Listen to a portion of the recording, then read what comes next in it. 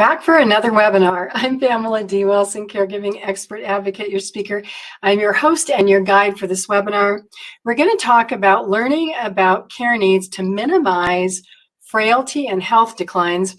And in this webinar, we're going to talk about a lot of details. I'm actually going to share with you tips on how I trained my own care staff, my own care managers to manage the care of our clients and other people's elderly parents, because it does involve a lot of details. It does involve a lot of skills. If you're not a person who loves details, as a caregiver, this could be a real struggle for you. But I have some special tips, some special tools in this webinar that anybody can learn to use, including people who don't like details and who are not detailed. You'll be able to get much better care for your parent. And as always, the tips that you learn in this webinar, you can apply to every single other aspect of your life, your work life and your personal life. Let's get started, as we always do, with the housekeeping tasks. As you know, I use the term elderly parent or elderly parents for the person you are providing care. Really could be anybody, clients, family members. Print out the outline for this module, print the slide handouts, take notes, fill in the blanks with me. Let's talk about the objectives of defining a step-by-step plan and process to address health concerns. By the end of this, you should be able to identify and use one or more planning tools to move through a step-by-step process to address health concerns and manage care for elderly parents or yourself. Don't wait for tomorrow. Don't wait for next week. Do not wait for next month to become interested in learning about chronic diseases or in making a step-by-step plan. There's never a perfect time to act, and if you wait, your elderly parent could experience one more issue, one more health concern that your actions could have prevented. Prioritizing concerns and making time to take action, it moves life forward. Creating and planning, it can feel uncomfortable if it's not something that you normally do.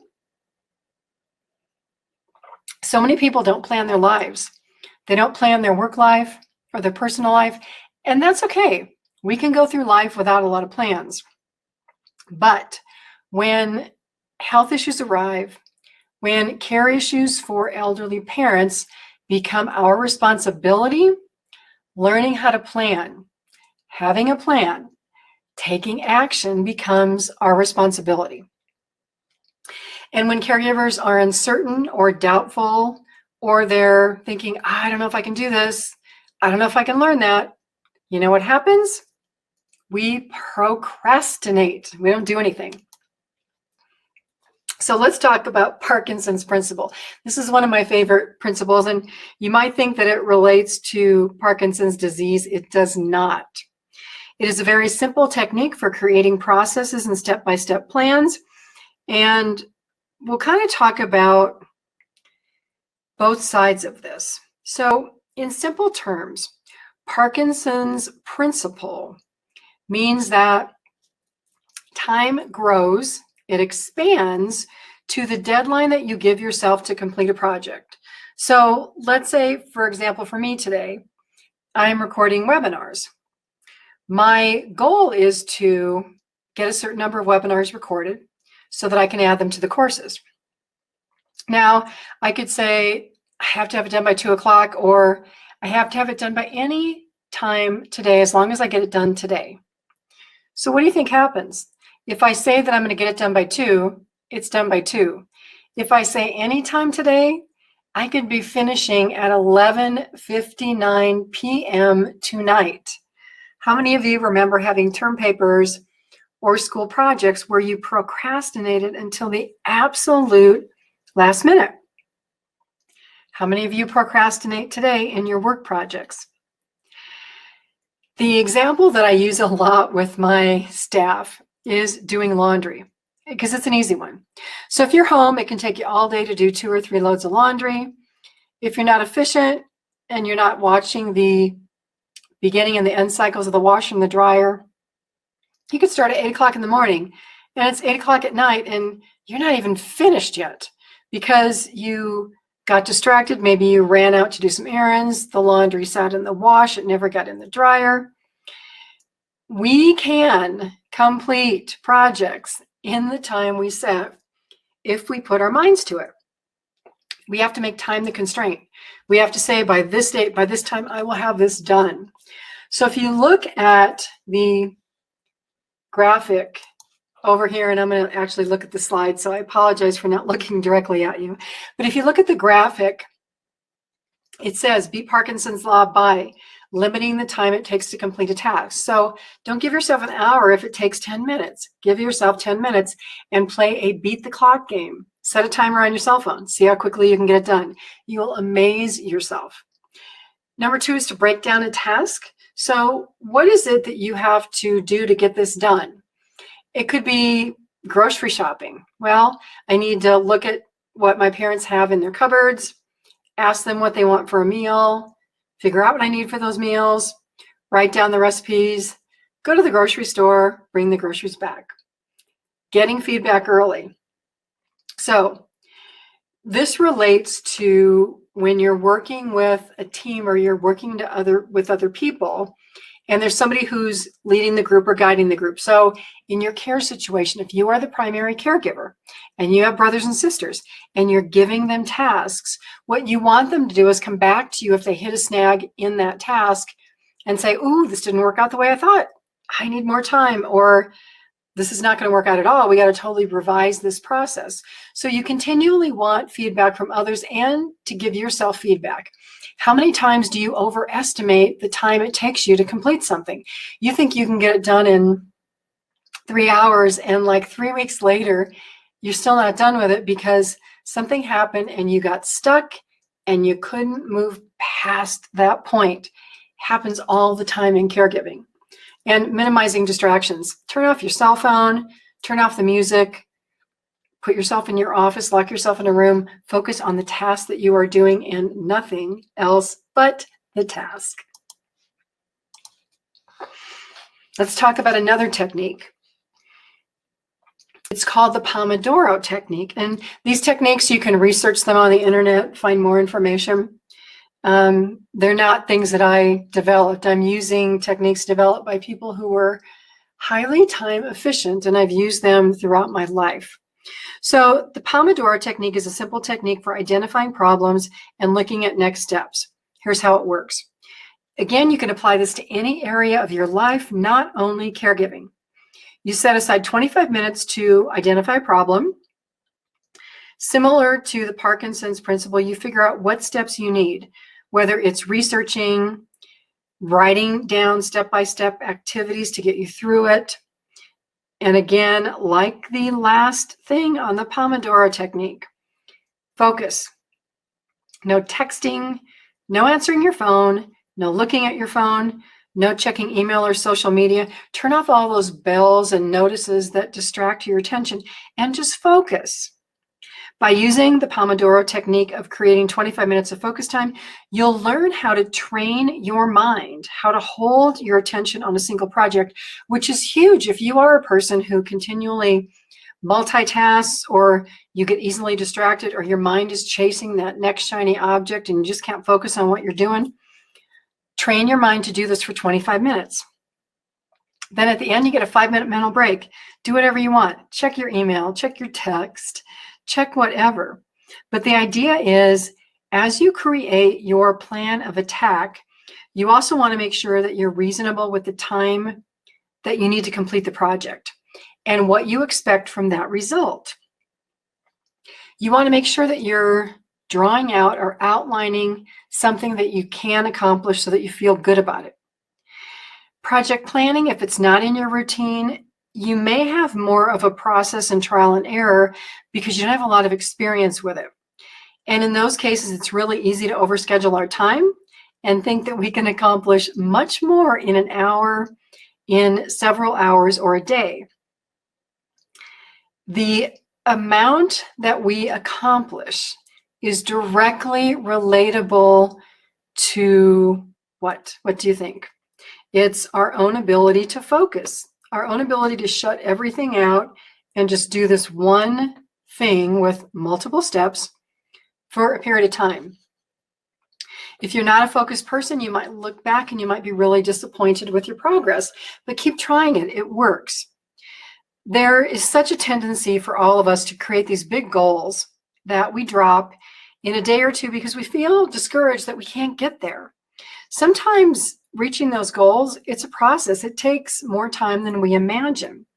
Meeting that goal requires realistic planning and a time commitment, the consistency to follow through day after day after day if it is a project that is going to take multiple days, which is why I talk about always having a step-by-step process to achieve goals.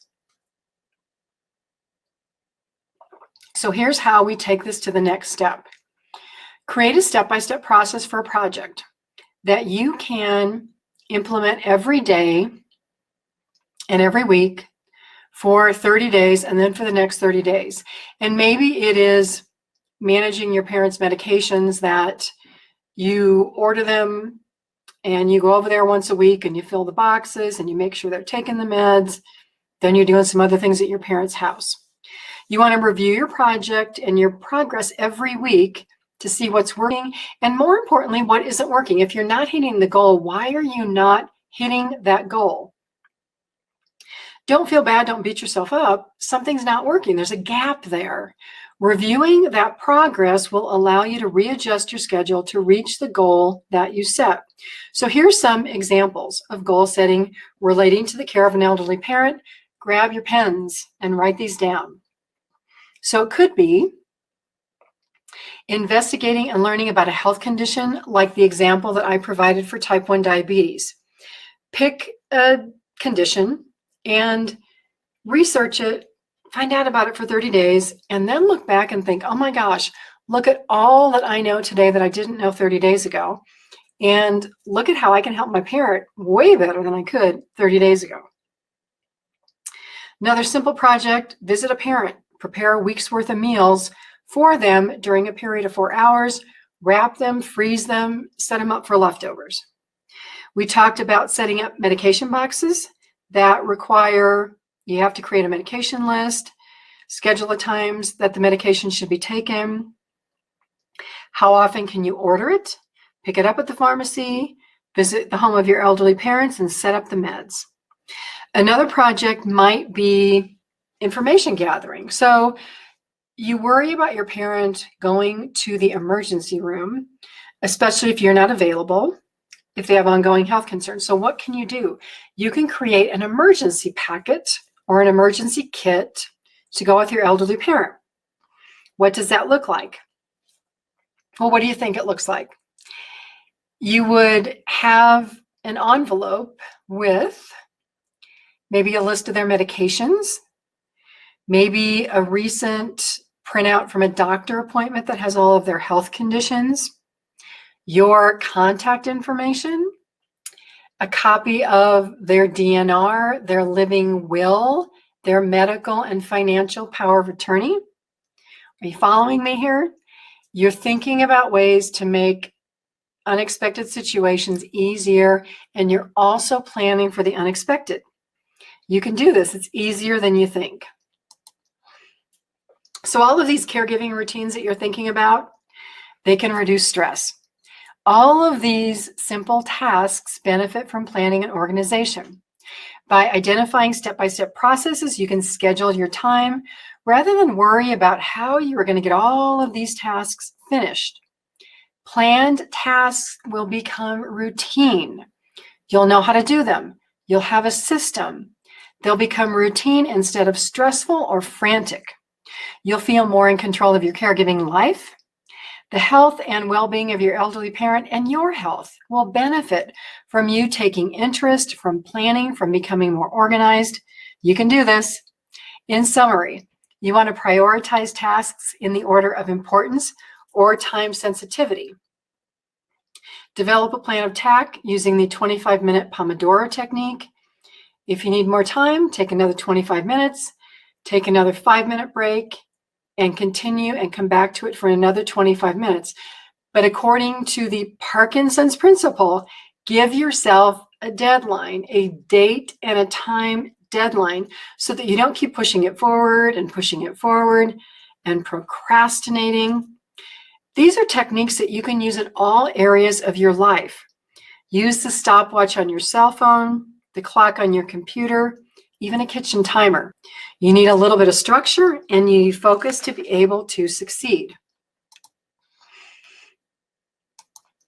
I used so many of these processes with my staff that I trained over the years. Caregivers who use processes and systems quickly become reliant on the processes and systems. So if you think about it, you're doing something new and you're trying to figure out, what is it you have to do? What are the 10 things I need to figure out how to do? If you have a process or a system, you've already figured it out. You don't have to think about every time I do A, what is it I have to do? Maybe you typed a list. Maybe you have something on your computer and you're saying, okay, I am going to do this. Let me pull out the list. You go down the list, you check it off. You know what happens? You become quicker checking off that list. You become quicker getting that process done, even to the point where eventually you don't need to look up that list. It is such a routine. It is so ingrained in your daily pattern that you do it with ease. It's kind of the idea of becoming good at your job. How many of you remember the first day on your job? You're thinking, oh my gosh, I don't know what I'm doing here. I have all these new people to meet. I have to figure out what I'm doing. And maybe you've been in your job for a year now or 2 years. It's so easy for you. And you're starting to train other people. And you see that it's hard for other people. So you can see how we quickly come into a situation where we may have a gap, a learning gap or an interest gap. And over time, through investigation and practice and learning new habits, we quickly master that task. These modules, all of these things that we talk about in these courses that you will see me repeat because of the rule of 7, are here to help you master caregiving for your elderly parent, making your health better, making all of this easier. You can do this. You're already doing it. Put these processes and procedures in place.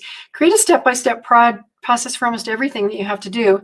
Life will become much easier. Your stress level will come way down. I'm Pamela D Wilson. Thank you for joining me so much for this webinar. I so appreciate being able to share this time with you. I will see you again in another webinar.